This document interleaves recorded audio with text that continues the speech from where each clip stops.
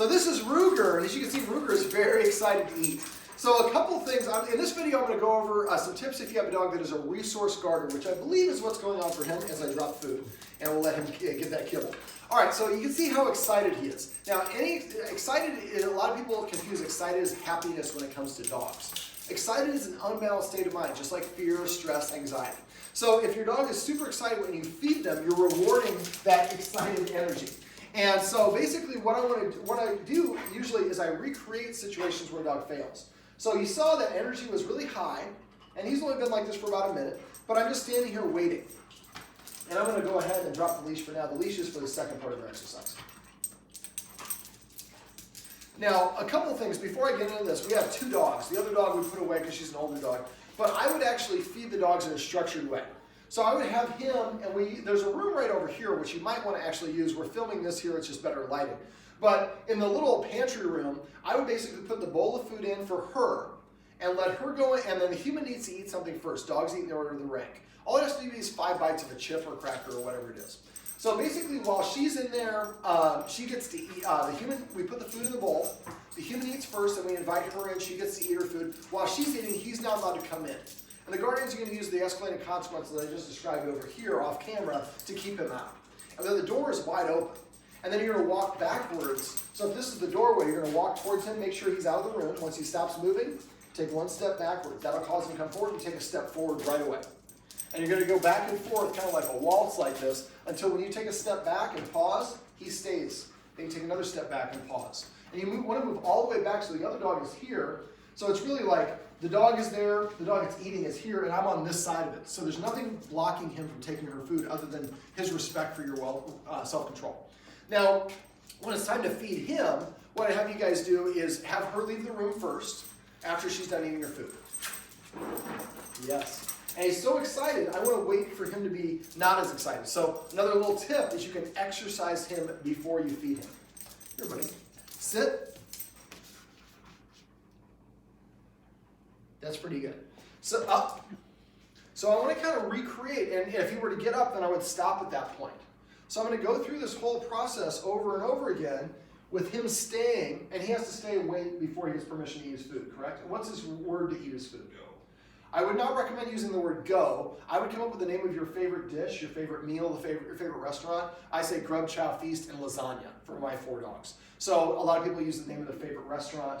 But you want something unique, and go is a top 50 word, so there's times where you might be talking to somebody else, and he's outside waiting for permission to go, and the other dog's eating, and she's nearby, and somebody says go, and that can be a catastrophe. So come up with something very specific. So now basically for resource guarding, a dog can resource guard food, objects, locations, or people. So he also has bitten people in his kennel, but from discussing that, I don't think that that's a resource guarding. I think he was trying to get himself away and get a little bit of a break, and the person was not listening to reach in the kennel to try to grab him, and he disagreed by biting.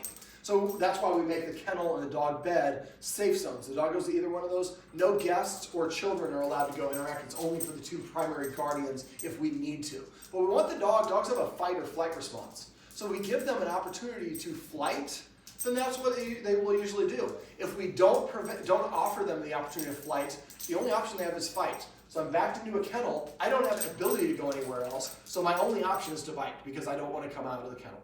So we talked about a little solution for that, just tossing treats and have the dog practice go in and out of the kennel so we could call the dog when it wants to come out of the kennel. All right, so for resource guarding, what you want to do is, resource guarding is actually not considered aggressive behavior because once you remove the resource, the behavior stops. And so it's a natural thing. It's no indictment on how well trained your dog is or how you've done anything. Very well trained and well behaved dogs who develop a resource guarding issue. So don't take it personal if your dog does that. So what I'm going to do is in a minute, I'm going to put the food down. We have dad and the very young precocious daughter is going to come over. Now for a dog, when it's doing something and it disagrees with what's going on, it often will freeze. And so when the dog freezes, he went to his kennel. When the dog freezes, it's his way of saying, I'm starting to feel uncomfortable with you at that distance. And then you get a little closer. A lot of times they bare their teeth, they lick their lips, they might yawn. You might see a lot of whale, we call it whale eye, a lot of white of the eye. Their hackles might go up, their tail might go up stiff, their ears might come forward or get pinned all the way back. They might start breathing heavily or stop breathing. All those are indications of communications. I'm uncomfortable with what's going on. So what we want to do is, for resource guarding, we want to basically have, while the dog has the resource, we're going to recreate the situation when we can actually control and practice. In this case, we're going to have mom, dad, and the daughter start approaching. When the dog gets stiff, I'm going to tell them to stop. They're going to stop and they're going to turn or walk away. But before they do that, they're going to take note of how far away they were. Let's say they're 20 feet and he kind of stops eating and he kind of freezes. He's saying, I'm uncomfortable with you getting any closer. Now, once they start reacting, that's what we call above threshold. The dog's not going to listen to anything past that. So that's basically hysterical. So what we do is we find out what the distance is. Let's say it's 20 feet. Then I'm going to have the dad and the daughter approach, and this time stop at 21 feet, 1 foot beyond, further than what caused the dog to react. At that point, our awesome little assistant is going to roll 3 treats over here towards the bowl, and then they're going to turn and walk away. So what we're trying to teach the dog is when humans approach you, when you have your resource, not only are they not here to take it, they're actually here to make your situation better. They have better treats than the food that you have. And so at first, you're going to approach me maybe at 21 feet. So you'd approach from this angle, then you'd approach from that angle, and from this angle, and from this angle. So we want to approach from all different angles and stopping at 21 feet. And once we do that enough times, the dog gets comfortable. Okay, when they approach, they're not going to stake my stuff. That's going to make my situation better. Then we try going to 20 feet. If the dog continues eating and doesn't freeze, it's saying I'm comfortable. So at 20 feet, we approach and toss the treats and approach this way and this way. And then next time we do 19 and 18 and 17. And if we get to 16 and the dog starts freezing, then we back up to 17 and practice that step. And we always end on a good one. So we always want to end, sorry, that thing is a little bit heavy.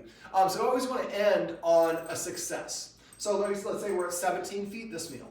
The next meal, we maybe start at 17 or 18 feet. And then we back up, or then we continue going, and eventually get to the point where we're going to be this close, and the dog is comfortable with us being this close because we've demonstrated through our actions that we're not here to take their stuff. We're going to make the situation better. Now, at that point, then we might actually, and mom and dad would probably do this first, take a long wooden handle spoon and some canned dog food. So when the dog is halfway done eating his meal, you walk up with a skin and a big scoop, and you plop it in there, and then you walk away. So now we're getting really close, but we're adding a lot more to the food. And again, it's a positive experience. The worst thing that you can do if you have a dog's resource guarding is try to physically take the thing away. That validates the dog's entire behavior. And that's one of the things that actually inadvertently happened here. And it's a mistake that a lot of people make. Well, you're going to act that way, I'm going to take it away. Well, the whole reason I'm acting this way is I'm afraid you're going to take it away. So you're doing exactly the wrong thing, and it's the most common thing that people do. All right, Ruger. Here, buddy. Here, sit, stay. Do you have a preferred word that you want to use for food? A favorite dish? What's his favorite dish? Grub. Grub, there we go. All right, sit. So the way to do that is when he takes his first bite of food for 2 months, we're going to say the word grub when he takes his first bite. Ruger, sit, stay.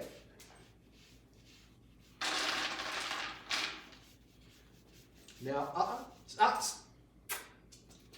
So I'm going to hold this just to make sure, and because he's getting a little close, I'm going to use that escalating consequence to move him further away. You stay up. You stationary, take a step away. And I don't think that there's going to be any problem. I'm just using this as a safeguard. Grub. Now let's go ahead and walk. And you have your 3 treats. And stop right at the edge of the carpet right there. And go ahead and throw the 3 treats. All at the same time. All 3. And go ahead and turn and walk away. And then just give her 3 more treats and walk her all the way around the couch, and you're going to walk this way. So we're going to keep on going that way. Go around that way. Have to hurry because he's eating so fast. So now we're going to approach from this side. And you're also going to stop about the same distance. Imagine there's a line from the edge of this runner to the carpet right there. So you're going to come right up there. And go ahead and throw the treats right here. Oh, there you go. And then turn and walk away. And then give her 3 more treats and come around this way, around the kitchen. So we're going to stop right at the end of the counter there. Right about there. Stop right there. And go ahead and throw 3 more treats. And then turn and walk away. So that was pretty close. I'm not 100% sure this is a resource guarding problem, but doing this exercise wouldn't be a bad thing to do. Now something else we can do is start petting him, and at first just touch his flank while he's eating here, and see how he's moving around. He's saying I'm uncomfortable. Now ideally I wouldn't want to be leaning over the bowl like this. I'm only doing this for demonstration. I'm pretty comfortable. His tail's low, he's pretty relaxed. But the idea, you might like put it in when you're in the laundry room, he won't have as much room. So put it against the wall so he can't oscillate back and forth like this. And what you do is you just touch him right at his flank, and just with one finger. This is, we talked about doing this, I do this for puppies, but you can do it with an adult, it just can be more dangerous with a puppy. And you start here, and then you just touch the whole meal and keep your hand there. And the next meal, maybe you scratch a little bit in that same flat area of weight there in his hip. And eventually you get closer and closer and closer. And eventually you get to the point where you be under his chin and he doesn't growl at all. Now, as I described in this one, we're going to approach from all these different angles. And eventually we're going to get to the point where we're going to come over with a long-handled spoon. Mom and Dad are going to do this first and plop that food in there. And after a while, he should become conditioned that when a human approaches, they're not here to take their stuff, they're going to make my situation better. Ruger. Ruger. It's like you don't have any treats in your hand. Sit. Ruger. Sit. Well, this is Ruger, and these are tips and tricks you can use if you have a dog that gets excited to eat their food and potentially has a resource guarding problem.